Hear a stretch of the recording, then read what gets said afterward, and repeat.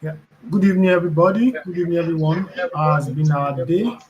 So I can see few people on Teams and also on YouTube as well. Good evening, Emmanuel. Good evening, Blessing. Good evening, Fatai. How are you feeling today?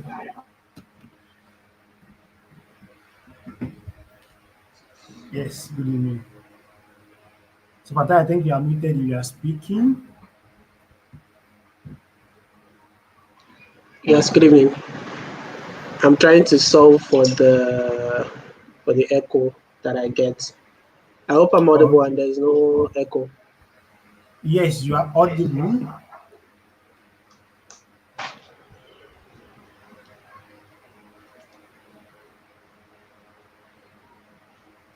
I want to see All if right, there's a way I so can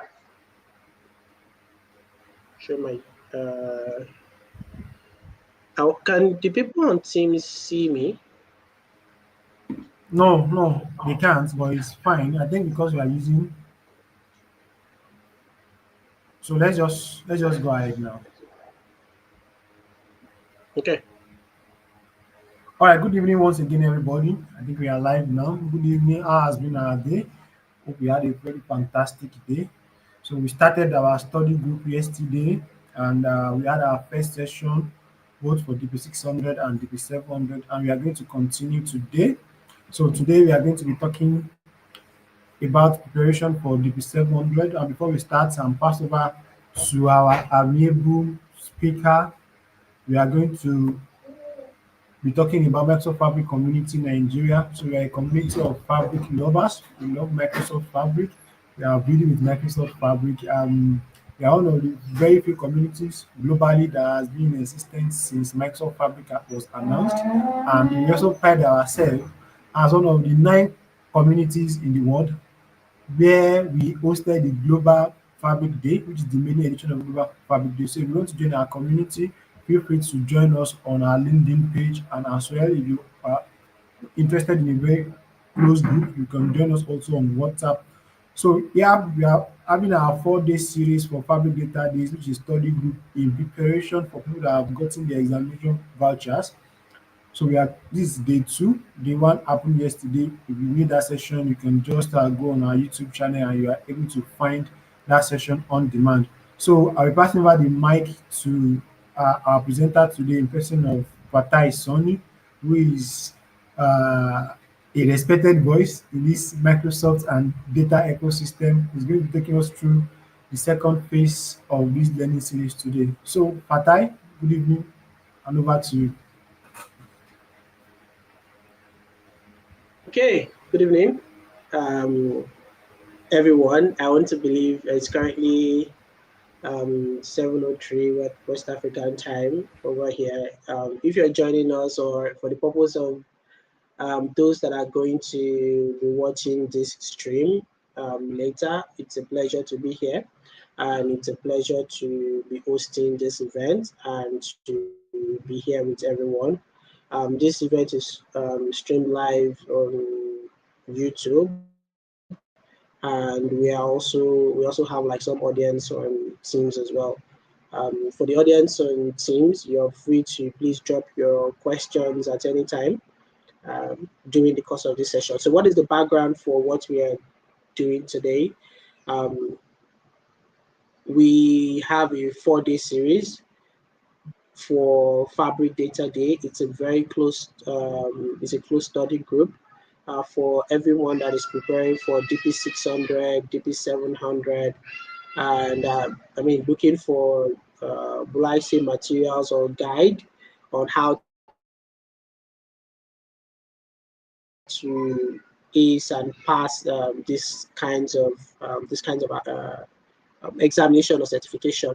So yesterday we pretty much discussed session one, where Francis took us through um, everything relating to introduction to the certification itself, and also introduction to Microsoft Fabric.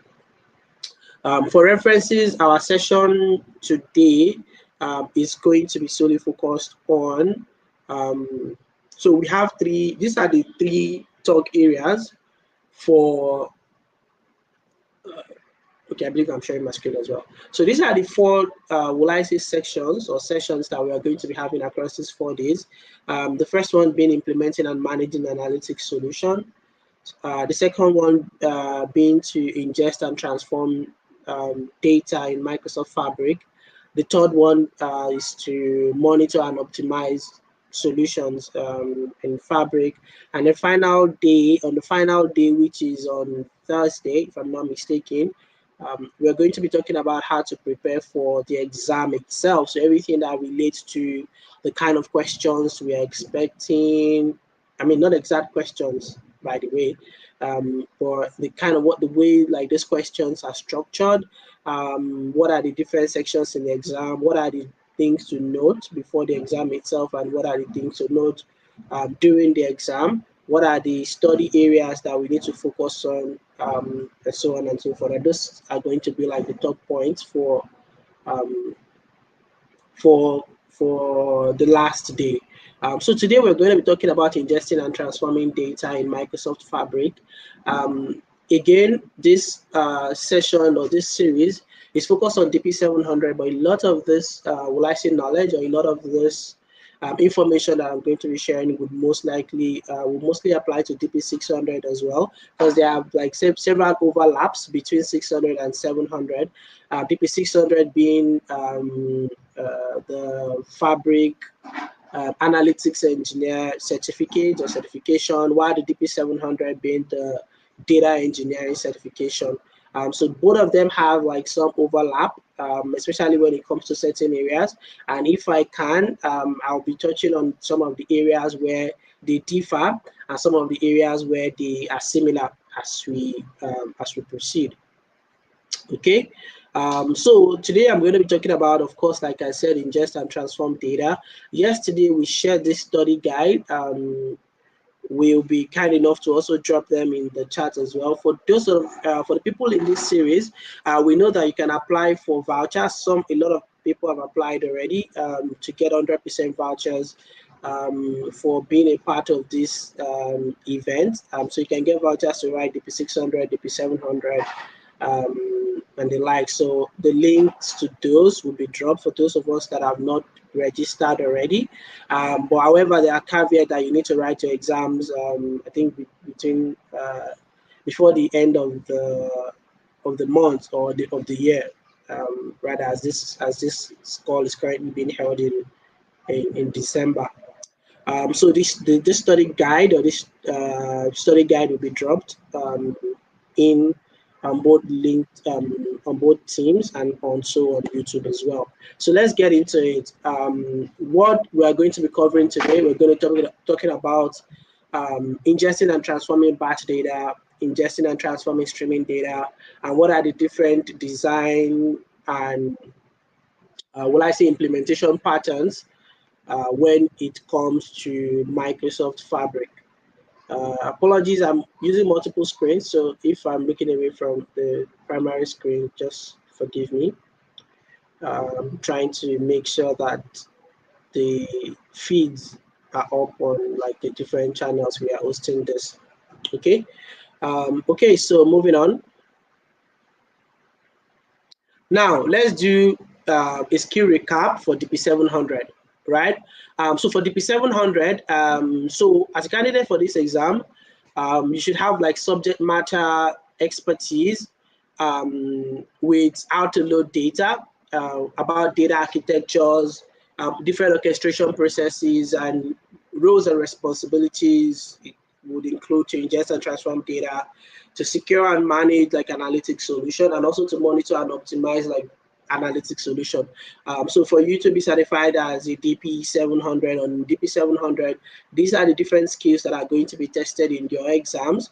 Your knowledge about ingesting and transforming both batch data and also streaming data, your knowledge about securing and managing analytics solution, your knowledge on monitoring and optimizing analytics solution as well.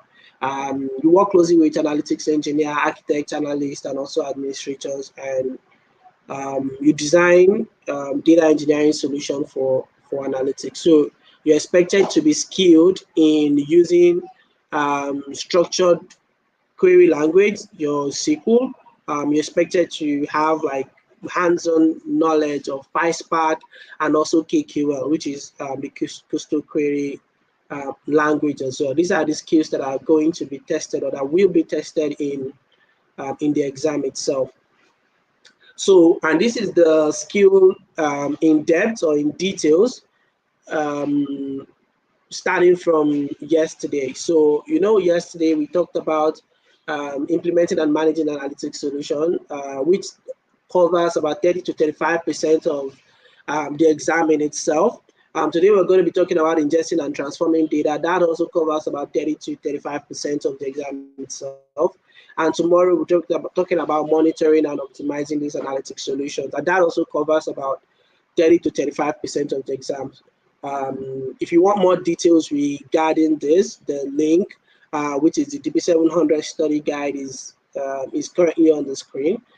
We also have a comprehensive list of these links that will drop over the course of this session or after, for those of us that want to have like all these links together, and for us to be able to look into them and use them to prepare for our exams.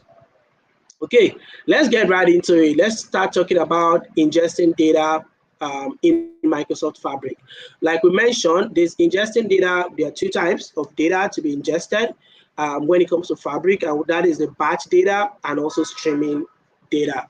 For the benefit of time, I may not be going as granular as possible because this session is going to last for about an hour, but all the resources and the follow-ups are going to be provided for us. We have like a curated links that we're going to be sharing with us. So at a very fundamental level, we understand what batch data and we understand what streaming data is. Batch data that requires or that accommodates for will add a certain level of latency in data. So these are data that accommodate for up to 2 minutes, 5 minutes, 10 minutes, 1 hour, 1 day, 1 month, and so on and so forth, right? So these are data that are accommodate for some certain level of latency. And we understand that big data solutions often consist of, disparate batch processing task that sort of like contributes to the overall processing solution. So you can use batch processing for workload that don't require immediate access to insights, right? So the fundamental requirement for batch processing engine is to scale out compute to handle large volumes of data, right? Unlike real-time processing where the data is supposed to be available in real time, which we're going to be talking about as we move on or as we proceed as well. So this session, of course, we're going to be focusing on batch processing. Okay. Now moving on.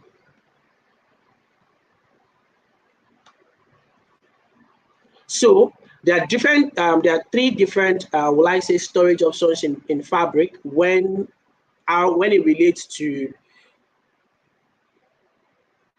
batch processing. All right, and those are storage in the lakehouse, or in the warehouse or SQL database. These three options are available for us. However, there are distinctions into when to choose what, when to use a lakehouse, when to use a warehouse, or when to use a lakehouse storage mode, or when to use a warehouse storage mode, or when to use a SQL database storage mode. So the first thing is that before we talk about the basic data stores in Fabric, where you choose to load your data depends on the solution requirements. So when you're working with Lakehouse, for example, these are ideal for storing large volumes of data, of raw data, particularly in their native format. So if you are working with large volumes of data and you want to be able to keep the schema of this data without altering the schema, you want to be able to store this data in that form, because we want to do further processing down the line, and we don't want to worry about enforcing certain schema on this data. Then of course the right choice at that point is a lakehouse. So a lakehouse allows for you to have both structured data, semi-structured data, or even unstructured data, all sitting um,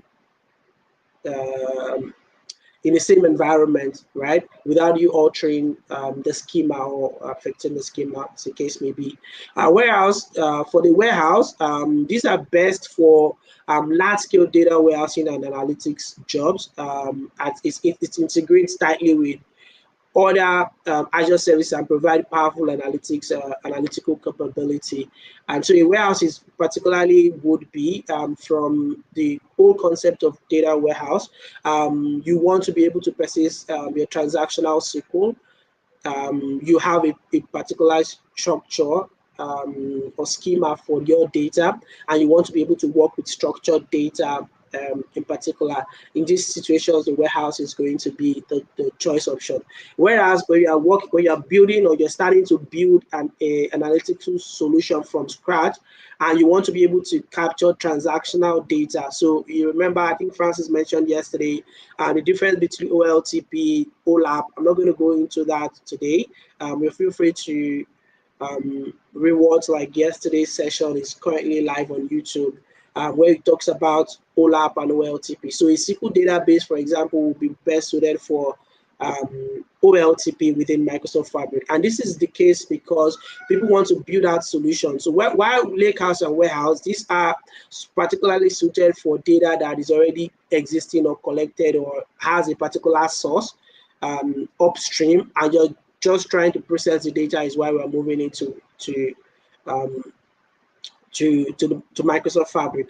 Well, however, for the SQL database, these are best suited for solutions that you just start building from scratch. So we want to build, and this is very similar to the Azure SQL database, the way it works. And you can mostly use this when you want to manage structured data that supports ACID properties, and of course require support for complex queries and transactions. So SQL database are suited for transactional data, OLTP data, while the data warehouse, similar, the same structure, the same data warehouse structure. However, this is suited for OLAP use cases. So you're going to encounter more different questions like this in the exam that try to test your knowledge of or your understanding of how you understand the differences and the dichotomy that exists between a lakehouse, a warehouse, and also a SQL database um, in Microsoft Fabric. All right, so let's quickly look into lake houses before we move on. So the foundation of batch data storage in Microsoft Fabric is a lakehouse. So a lakehouse is built on top of the one lake scalable storage layer and uses Apache Spark and SQL Compute for big data processing. So a lakehouse is, for lack of a better word, a unified platform that combines both the flexibility um, and scalable storage of a data lake, and also the ability to query and analyze data in a data warehouse. So for a lakehouse, this combines both. So a lakehouse represents a database that is as built on top of a data lake using data format tables. So a lakehouse combines, like I mentioned, the SQL-based analytical capability of relational data warehouse, and also the flexibility of scaling that data lake, right? So, and a lake house store all types of data formats that can be used for various analytical processes and even for various programming languages, all right?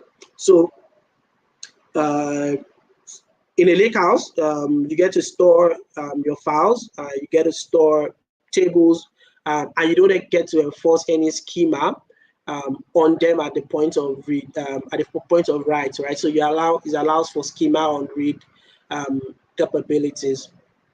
Okay. Now moving on. So while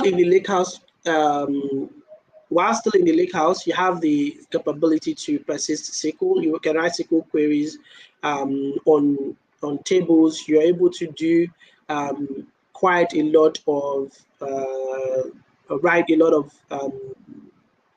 SQL statement against your data.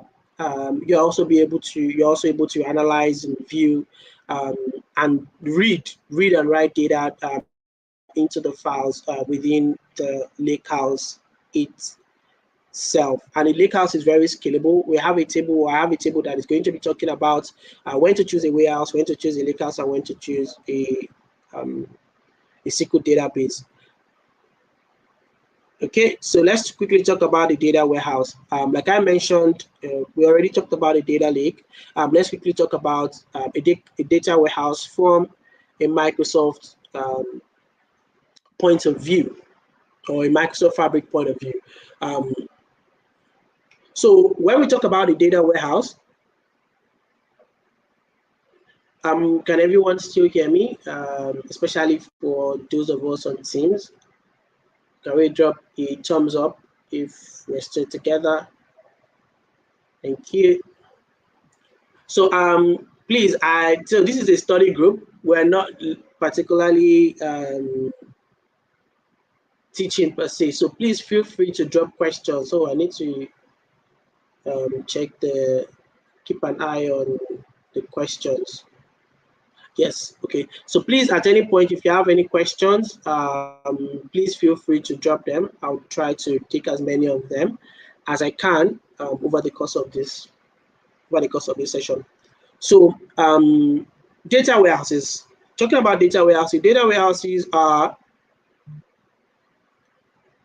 centered on a single data lake. All right, they're powered by Azure Synapse, and they fully supports T-SQL and also package file formats. So in a Fabric data warehouse, this is a relational data warehouse. It's an uh, OLAP infrastructure that support full transactional T-SQL capabilities that you would expect from any enterprise data warehouse solution. Right? It is fully managed, it is scalable, and it is highly available solution that can be used to store query data vis-a-vis. All right. And when you're using a data warehouse, you're fully in control of the creating of the tables, the loading, the transforming, and also querying data using either the Fabric portal, or you're going to be using the T-SQL commands. Okay, I hope that is clear enough. So we already mentioned, we dive extensively into what a lakehouse is about, and then now we're talking about data warehouse, as a case may be. So and you're able to load data both into a data lake or a lake house, and also the warehouse, using any of the data loading tools, which we're going to be talking about later. So this is a similar experience where you can both use SQL to either to read, to write, or to query data in the data warehouse, or you're also able to use the visual query language as well to persist queries on within the data warehouse, and you're also able to write data into it using either your data flow gen tool, your pipeline, and the likes, or even PySpark, or your notebook experience. All right. You also get to within your data warehouse have ability to the underlying semantic model for you to also be able to build the relationships and the likes within data warehouse itself. Now moving on to talk about the SQL database. I think we've talked about this just to mention a little bit more into what this is and what it does. When you're building a solution from scratch and you're trying to build a transactional system, this, of course, is when you get to use a SQL database in Microsoft Fabric. It allows you to do everything from OLTP point of view. You are able to build a database solution that supports all the ACID properties. You want to do things like source control. You want to be able to have ability to read, to write data, and also to manipulate the data within using an OLTP infrastructure. You can definitely use the SQL database support in Microsoft Fabric for this as well. Now let's take a look at a quick decision tree where we're talking about a lakehouse versus a warehouse experience. So how do you want to develop? Do you want to use Spark? Then in this case, a lakehouse would be the best option. Do you want to use T-SQL, your regular vanilla SQL to query to manage data within the solution? Then a warehouse experience, the data warehouse or the Fabric data warehouse is the right to go. Do you want to do multi-table transactions? If yes, then the data warehouse is the right tool of choice. And if no, then you are likely going to use a lakehouse. Okay. What about data are you analyzing? If you're not sure, you're not sure about the schema of the data, you're not sure about uh, the volume or the variety of the data as well. A lakehouse is going to be the choice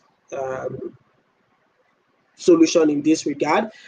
If you're dealing with unstructured and semi-structured together as well, you're also going to be dealing with a lakehouse.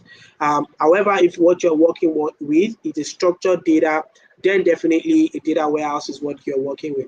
And I'm taking my time to go through this because there are many questions, of course, both in DB600, DB700, that test these skills of your comfortability or your ability to distinguish when to use a warehouse, when to use a lakehouse, and when to use a SQL database in that instance. Any questions so far? Let me just check the chat to be sure that all is well.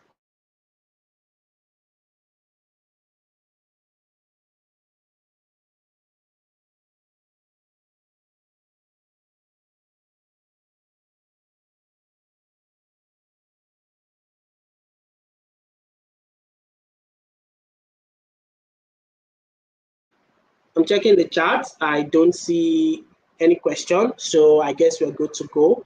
More So talking about more differences, so primary capabilities, now talking about a warehouse versus a lakehouse. A warehouse supports is ACID compliance and has all the full data warehousing with transactional support for T-SQL. Whereas in a lakehouse, you only have read-only capability, and the system generates the SQL analytics endpoint that you use for the lakehouse, right, at the point of querying data and so on and so forth. When you're talking about developer profile or who are the people that are likely going to use, so you see questions like you're trying to build a solution, the developers are comfortable with PySpark, for example. PySpark is the choice language they want to use, and they want to be able, they're also not sure about the schema of the data that they're trying to, they're not sure, they want to be able to support both structured data, semi-structured data, and unstructured data. What type of solution would you prefer? So you get a lot of questions like this. So these are how do you know when to use what, whether to go for a warehouse or to go for a lakehouse or a SQL database in that instance. So you're speaking about the data loading. For warehouse supports both SQL pipelines and data flow. For lakehouse, we're speaking about Spark. So particularly one of the main difference you know when to use lakehouse, when to use a warehouse, if there are mentions of Spark, for example, of notebook, because you have a flexibility of this in a lakehouse, but within the warehouse, you're locked into T-SQL, okay? So you're able to use Spark, you're able to use pipeline data flows and shortcuts to load data in your lakehouse. For a data warehouse, also you have for data table support, you can read and write the data tables, while the lakehouse only reads data tables. Let me see, is there a question? Okay, I see that Francis is trying to answer. I say thank you very much.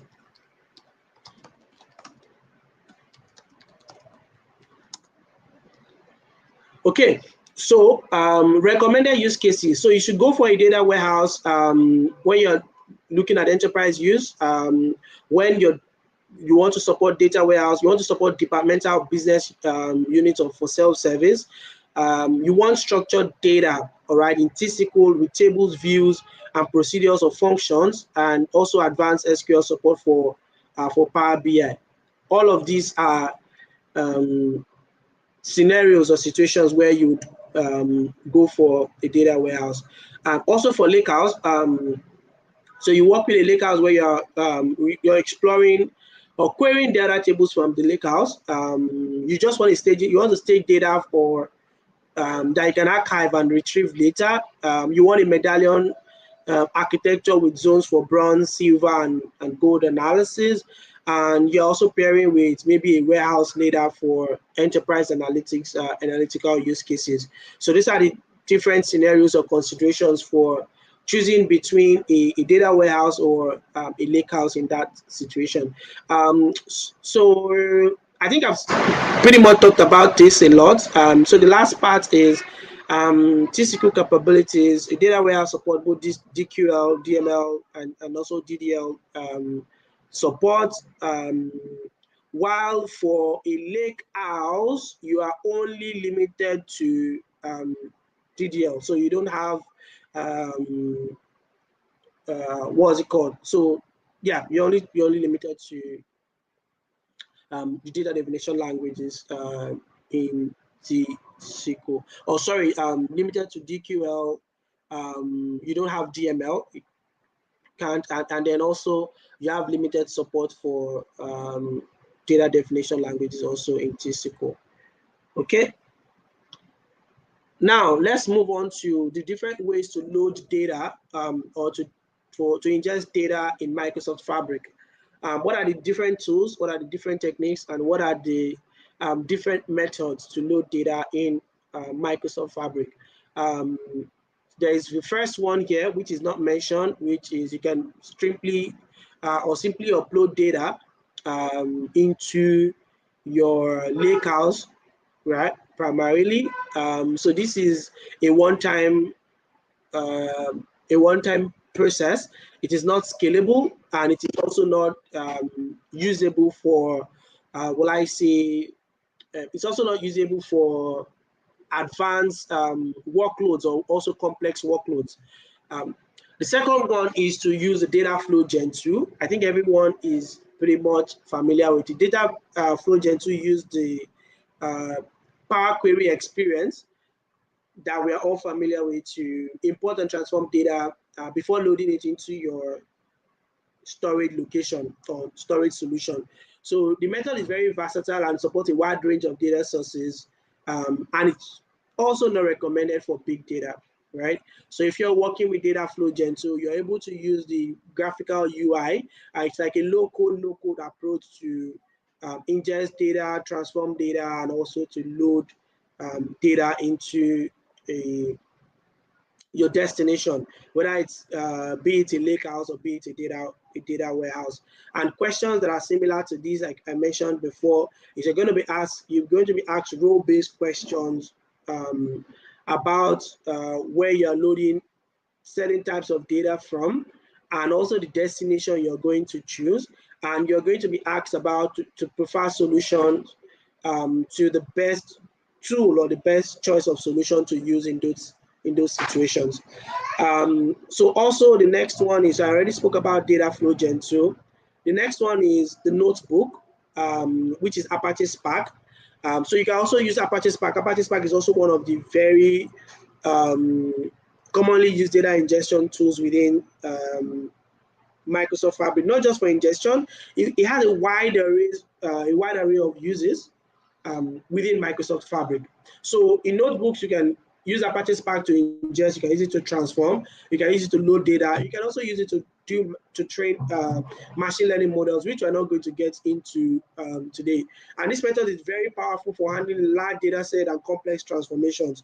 And this is a developer code first experience. So notebooks only have developer code first experience. So if you come across questions talking about developers or talking about data engineers that are very advanced with PySpark, just know, and you're asked to provide a solution, then you know definitely you're going to lean towards Fabric Notebook or Apache Spark um, when it comes to a mode of ingestion. All right. Then the third one is talking about data pipelines. All right. So data pipelines use copy data activities in Azure Data Factory to move data from various sources into your storage solution. This method is also scalable and it also supports automation.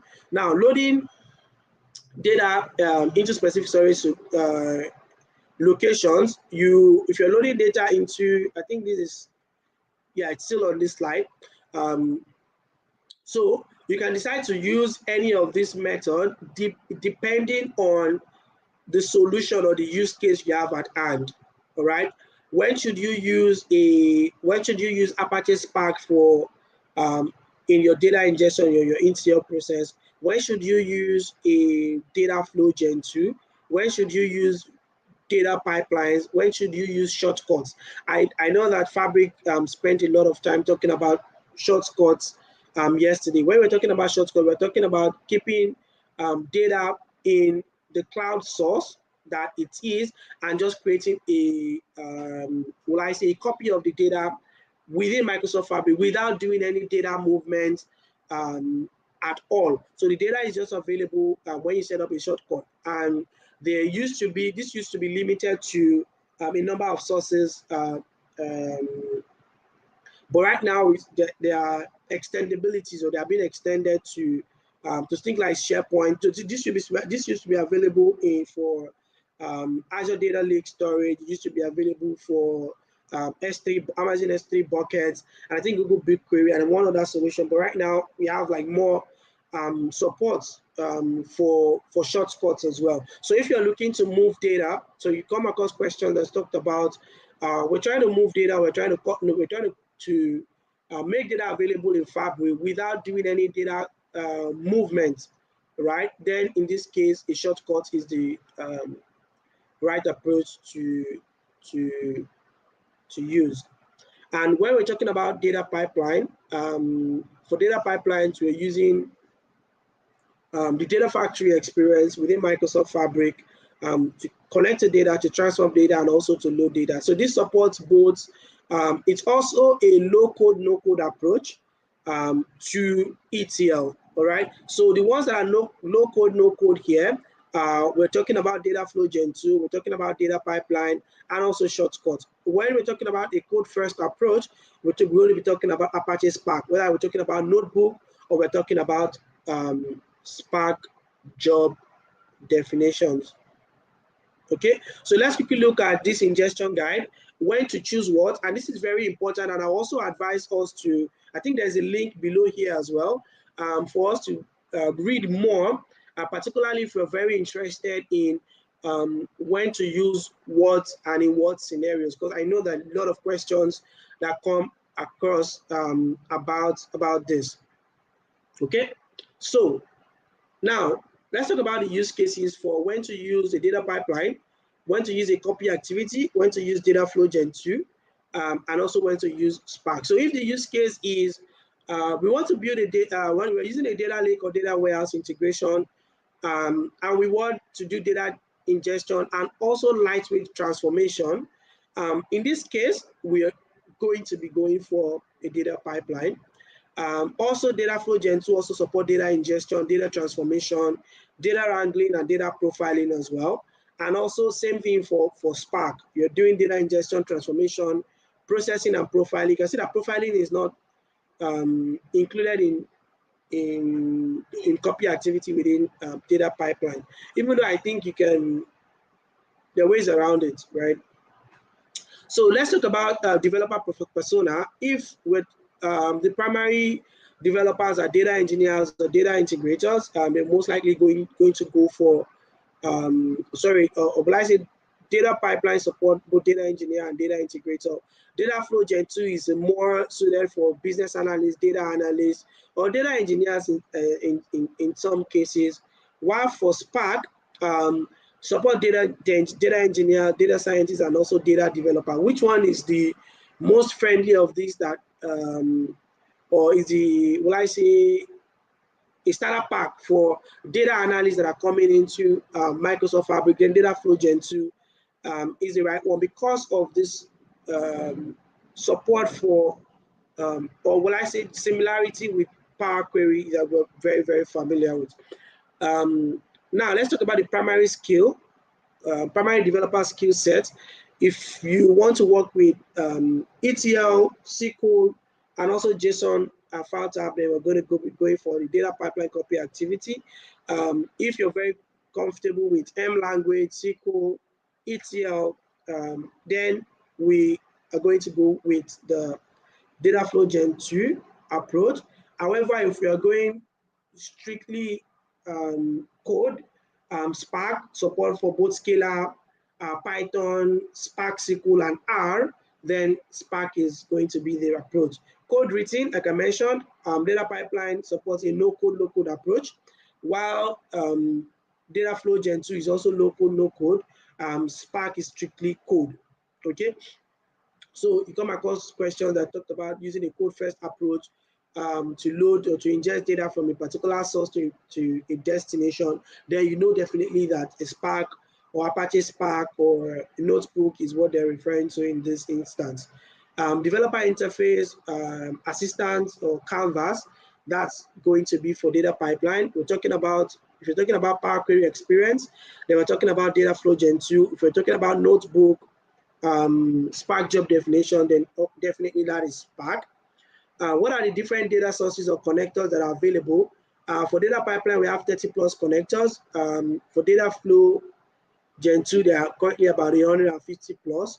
While for Spark, of course, this is unlimited because you can basically use import any library and use this for any data source that you want to ingest or connect to, as a case, especially for APIs. So if you want to get data from solutions that don't necessarily have like pre-built connectors, and you want to be able to connect to more different APIs to ingest your data, to transform it and load it, then definitely Spark experience is going to be the best.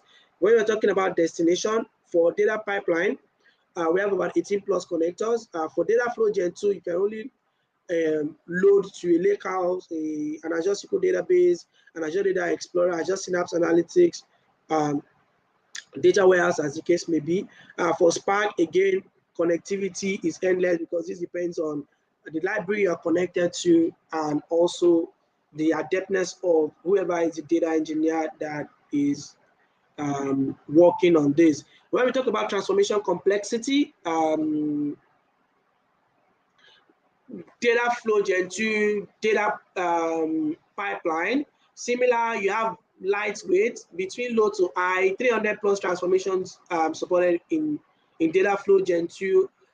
For data pipeline, you are limited to converting, type conversion, column mapping, merging and splitting, flagging hierarchies, and a host of others. But when it comes to Spark, the limit is endless because you have support for all native Spark and open source libraries, and you can do a lot of these transformation as fully complex as you want.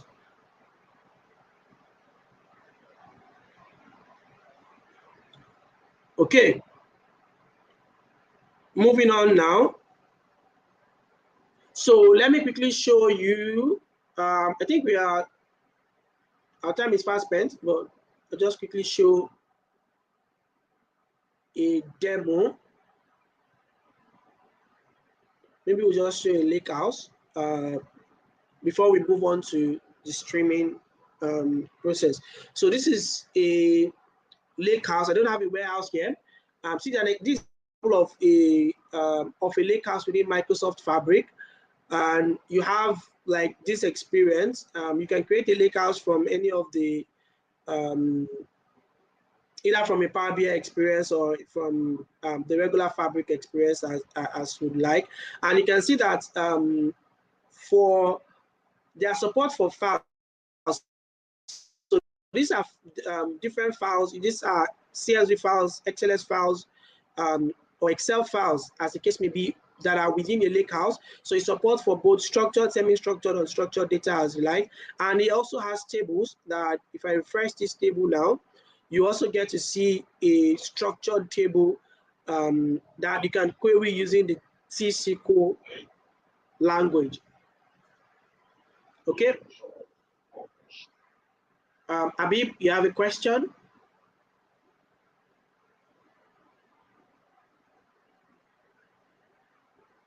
Okay. So you have the ability to have your tables and work with tables, or you have the ability to work with files within your lakehouse. Whereas in a data warehouse, you only have the ability to work with tables. You don't have support for multiple files as you'd have in a lakehouse. Let me also quickly show an experience of the data flow Gen 2. So if I open the DF sales data flow Gen 2, these are already created because time is not on our side. Just to show the experience of what this looks like. So basically, it's the regular Power Query experience, and I want to believe that some of us, a lot of us, are already familiar with this, especially if we've worked with Fabric or Microsoft Fabric, the Power BI experience before, right?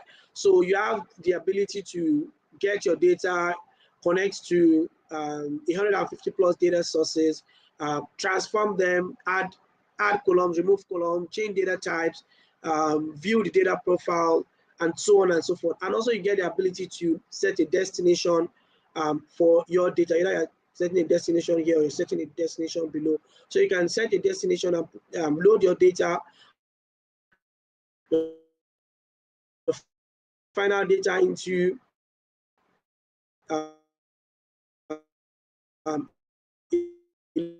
lakehouse, a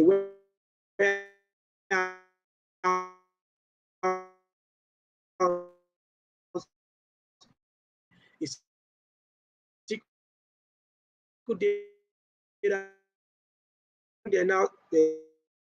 There's now preview for Azure Data Lake storage as well,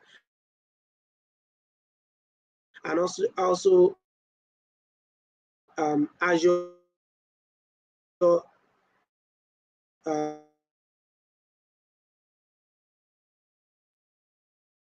data. We talk about bad data as data that supports certain level of latency, and this is particularly useful when we don't want real-time capabilities in our data. So we're running weekly report or daily report or monthly report.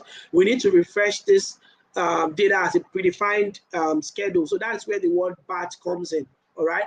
It allows for latency, but there are certain scenarios where we want to be able to have real-time access to data, and this is where the whole concept of streaming data comes in. So when you talk about real-time data, it's talking about streaming data. So real-time analytics in itself is normally based on the ingestion and processing of data stream that consists of, will I say, perpetual series of data. So these are data that keeps coming, all right? And it's typically related to specific point in time events. So for example, a stream of data might contain details of messages submitted to a social media microblogging site, or a series of environmental measurements recorded by, well, I say a weather sensor, for example. We have an ice cream factory, an ice cream van, and we're monitoring the temperature of that van or of that refrigerator in real time. We want to be able to tell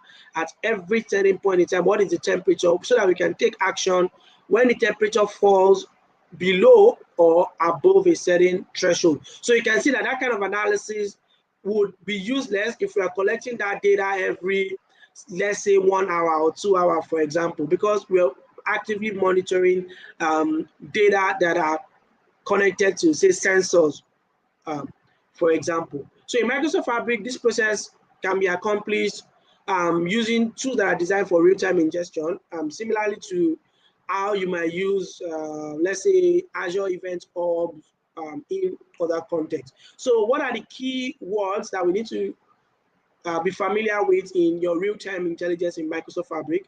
We already see them with the definitions on the screen. We have the event stream, you have your event house, you have your KQL query set, you have your real-time dashboard, and so on and so forth. There's also the data activator somewhere there. So these are things that we need to spend some time to go through it on the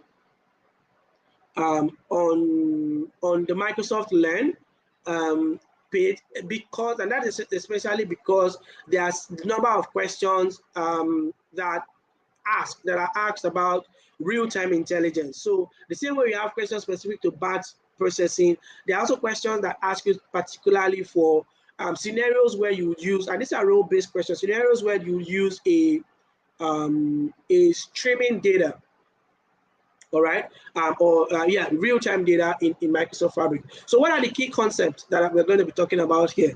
When do we create an event stream? So we create an event stream to capture, to transform and ingest real-time data from various streaming uh, data sources, all right? So we have different streaming data sources. So event stream is like that first point of contact that is used to capture the data, transform the data, and ingest this data in real time. All right. Now, where do we store this data that we have captured? And this is where the event house comes in. So event house includes one or more KQL databases that are working together to store this data that we are streaming. Okay. Now, to query and to analyze the data in the event house, we are going to be using KQL queries, which are organized into KQL query sets. So KQL, custom query language. This is the if you come across questions or scenarios that are asking you about KQL data, KQL database, or KQL language, these are in relation to real-time analytics. Okay, so you also want to visualize, when we want to visualize real-time data in the real-time dashboard. Of course, this is also a key component of the real-time intelligence in Microsoft Fabric. So this also supports to visualize real-time data or real-time dashboards by pinning these dashboards to Power BI. So this is like the overall architecture of what the real-time hub or the real-time intelligence in Microsoft Fabric is about. So you're streaming data, you're streaming the data through event stream, and you're housing them in your event house containing KQL databases, and you can use the KQL language to interact with data that are sitting in the KQL database. You also have support for the real-time dashboard, or utilize them in Microsoft Power BI. Okay, and you're also able to act on this data using the data activator. Don't forget that all of the data that are in Microsoft Fabric sits in one lake. One lake being the central hub for all data in Microsoft Fabric.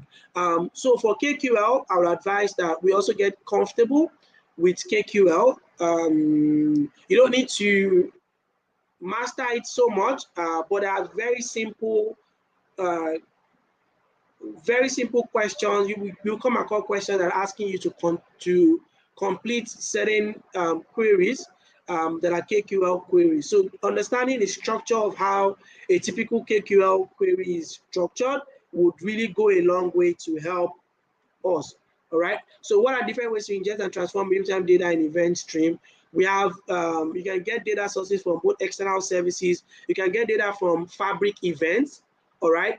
So when people open a certain dashboard, when people interact with certain Fabric events, these are very good data sources that we can use within Fabric. You can also use some get sample data. So from external services, we're talking about Azure storage, we're talking about event hubs, we're talking about IoT hubs, we're talking about Kafka, we're talking about chain data capture feeds.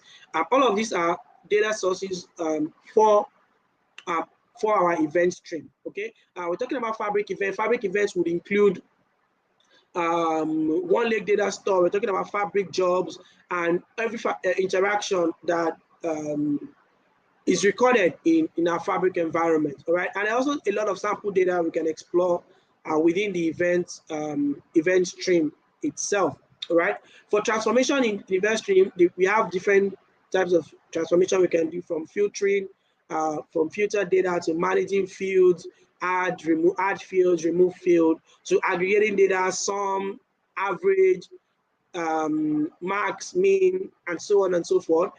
Group by, so we can group data, we can union, we can expand data, we can join data.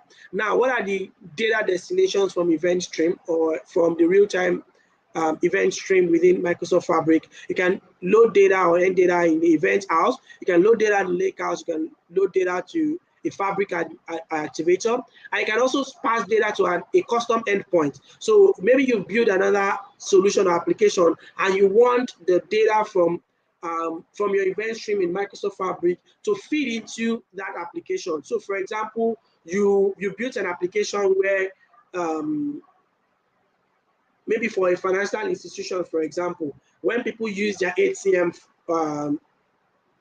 as an example, you've connected all of this data into Microsoft Fabric. So when this kind of events happen, so yeah, or maybe ATM health check and the likes, you want to be able to pass this data or load it into another application or solution that we have built to monitor the health or take action on the health of your ATM machines and so on and so forth. So all of these are very much destinations that we can use it. And there are going to be a lot of questions about event house, about lake house, and related to event stream on where to load data after you've consumed them through event stream.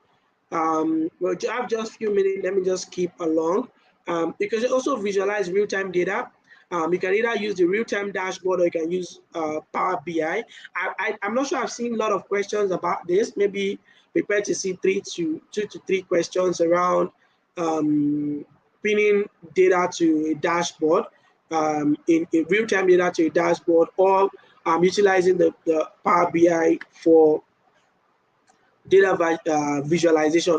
Of course, there are limitations when you're using an the real-time intelligence and the types of visuals that you can use within Power BI itself. And these are some of the nuanced questions that we are going to be asked. All right, you can also use data activator. Data activator take action based on certain events within our data. All right, so like similar to what I explained the other time, you want to be able to send alerts, or you want to be able to make certain events happen when or certain things to happen, or you want to be able to take certain actions when certain events happen within your data set. And this is where your data activator comes in. Again, personally, I'm not sure I saw a lot of questions about data activator. Maybe I'm wrong, but I'm not sure I saw a lot of questions about data activator. But it's a good thing um, to know the different use cases and where they come in and where they apply within Microsoft Fabric. So you can use data activator for different use cases. So you're running ad, for example, you want to be able to run ads when a particular store sales decline. So you are monitoring your, so maybe you connected your event stream or your real-time intelligence within Microsoft Fabric. You connected it to your POS, your point of sale solution in your supermarket or your mini mart, as the case may be, and you want to monitor when certain sales drop for a particular item or a set of items, you want to be able to run ads on them. So you can use data activator to schedule like events, right? Similar to what you do in Power Automate, similar to what you do in use for maybe Azure Logic apps, or Apache Kafka with event stream, or AWS Lambda functions.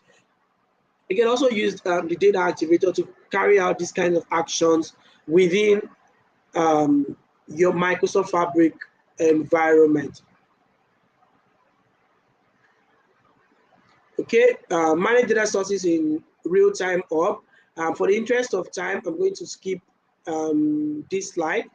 You can manage your data sources. You can connect to uh, your sources, like we have mentioned, and you can also manage how this works.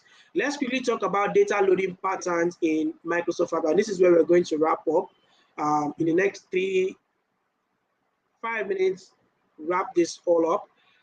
So data loading in Microsoft Fabric, being able to understand and differentiate when to use full load, incremental load, and real-time load is also a skill that will be tested during the exam itself. When should we use a full load? When should you use an incremental load? And when should you use real-time load? But again, remember that these questions are not going to be asked directly as I'm saying it. They are going to be role-based questions. So if you want to understand all the nuances of how these questions are going to be structured, then you really need to join for tomorrow and also the last day, where we talk about the full blown intricacies into how questions are being asked um, within the DP700 or DP600 exam. So when should you use a full load? Use a full load when you want to do an initial data migration. You have small data sets or you want to do data refreshes. So we have, say, for example, 1 year worth of data, or let's say 10 years worth of data that we want to move to Microsoft Fabric. And we are sure that the data up till 2024, these are closed data. They're not going to change, for example. So we can decide to do full load, all right? So we're just taking all of this data and loading it into our Microsoft Fabric environment, okay? So we're not concerned about the data changing, or we're not concerned about trying to spot differences or changes in the data and loading it or keeping track of these nuances as the data change. So we're doing a full load is also known as a bulk data load. What are the advantages of this? It's simple to implement, and it also ensures like complete data consistency. While the disadvantage is you have high data transfer, you have high processing time, and potential performance impact on the source and also on the destination system. Now, when should you decide to use an incremental load? You use an incremental load when you're doing regular updates, you are working with large data sets, or you're in a data warehouse. So like I mentioned, you have data, you're working with 100, let's say, data for the last 10 years. So you can do a full load of, say, all the data up to the beginning of this month. Okay, the beginning of this month is just 2 days ago. But anyway, let's just say, for example, you do a full load up to the beginning of this month, because maybe according to your data design or data architecture, the data before a certain cutoff period, that data is not going to change. So we set a cutoff period and we do a full load up to that period. Now we want to design for incremental load.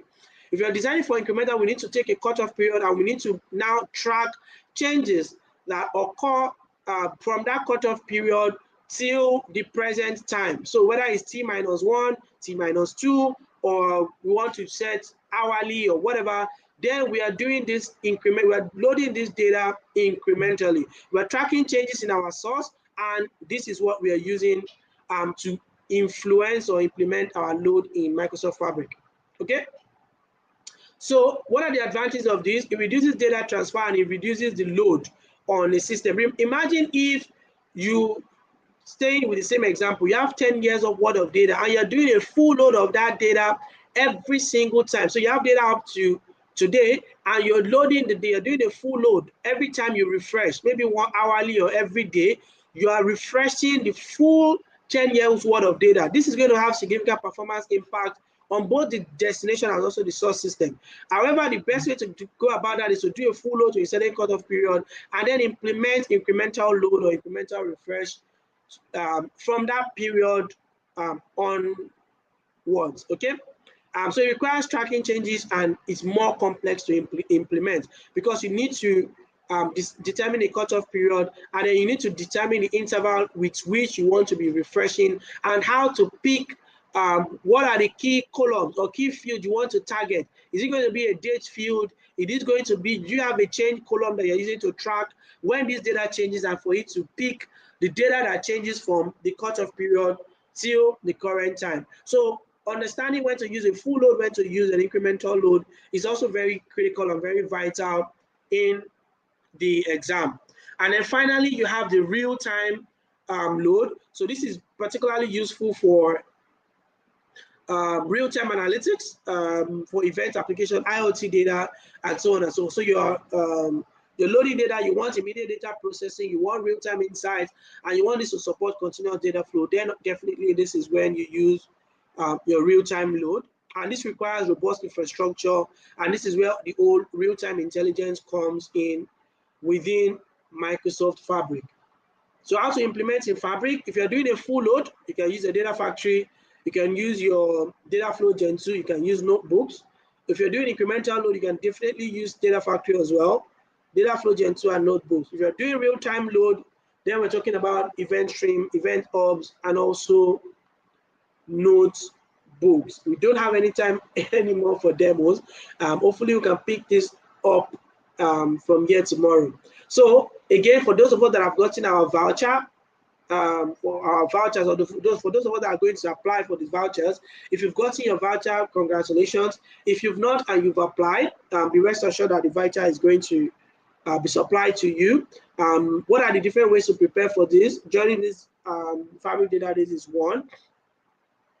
Scanning this QR code and completing the learning part or the learning modules is also going to be very, very useful when for this in the course of your preparation.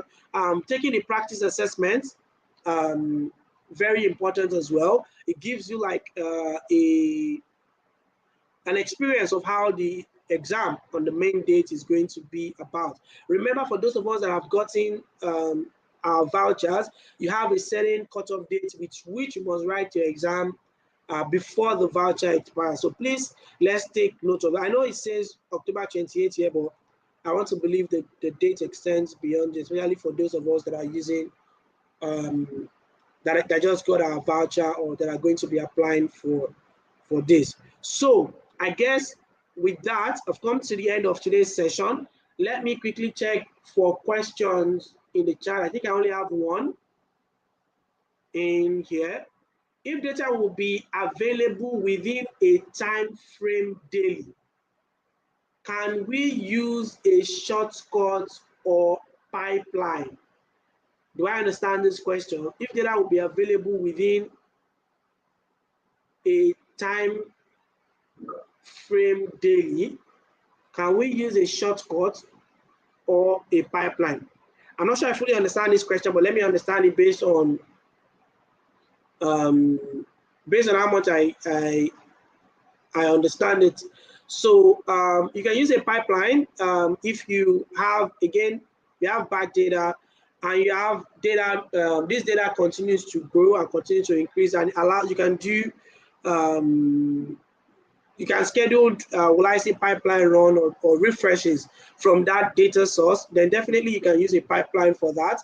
And it allows you to schedule the run of your pipelines that you can set custom time for that. Note that shortcut is not supported for all data sources. All right. It's only available for cloud data sources, and it's available for a limited number of sources. Maybe Francis can help drop the supported sources in the chat right now. So shortcuts are not, will I say, supported for all scenarios. It's only available for limited data. And when you do shortcut, you don't worry about data availability. As long as the data is available at the source, then I don't know if there's any latency, but it gets you get to see it in near real time in your Fabric environment as well, and you can use this for your own development. You don't need to worry about will I say refresh schedules and the like, but this is definitely supported in your data pipeline. Hopefully that answers your question. I don't see any more question. I don't want to keep us because I think we already exhausted our 1 hour and we have 10 minutes extra. In the absence of any, is there any other final question in Teams, on YouTube? I don't think so. If there is, please feel join our community. Um, Francis is currently dropping the link to our community on LinkedIn and WhatsApp into the chat, both on Teams and also on YouTube. For those of us that are not part of our community, we host events almost every month where we have a physical meetup here in Lagos, Nigeria, where we talk about Microsoft Fabric. This event is a 4-day event, so that is why we're holding it virtually. And it's going to, we've had day 2 today. Please feel free to join us for day 3 and day 4 tomorrow, especially for those preparing for their DP600 and DP700, DP600 and DP700 exam. With that, I want to say thank you very much for joining. It's been a great experience talking to you all, and do have a great day ahead. Bye-bye.